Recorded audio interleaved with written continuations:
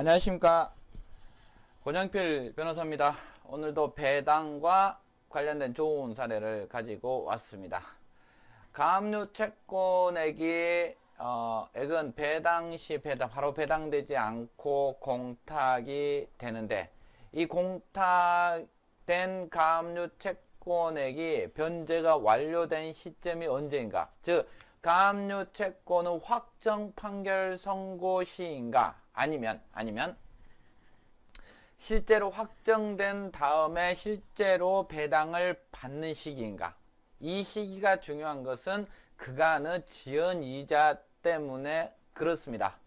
중요한 것은 그럼 지연이자가 몇 푼이나 된다고 라고 할 수는 있지만, 공탁 금액이 큰다면 또 다른 문제입니다. 왜냐하면 이 사건에서도 공탁 금액이 70억 원이었고 확정 판결이 된다면 12% 지연이자가 붙기 때문에 1년이면 7억, 한 달이면 7천만 원에 해당합니다.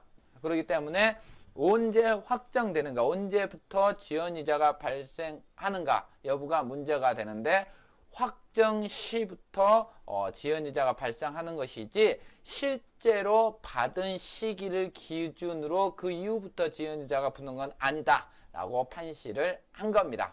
사실 이제 많은 내용이 있습니다. 특별한 사정이 없는 한 본안의 확정 판결 등에서 지급을 명한 가압류 채권자의 채권은 배당이 충당되는 범위에서 본안 판결 등 확정 시에 소멸한다.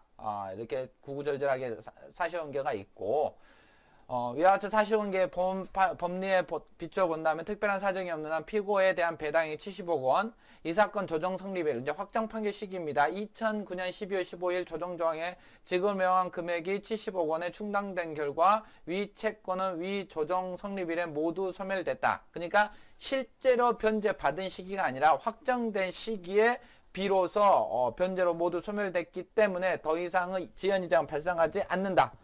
원심은 피고가 배당액을 현실적으로 수용할 때 그 배당액으로 충당되는 범위 내에서 이 사건 조정조항에 따른 피고의 채권이 소멸함을 전제로 원고가 지급하여야 할 진행 손해금을 산정하고 말았으니 이건 문제가 있다고 판시를 한 겁니다. 이런 부분 잘 고려를 해서, 물론 어려운 법리입니다. 어려운 법리고 이것은 법률 전문가의 도움을 받아야 됩니다.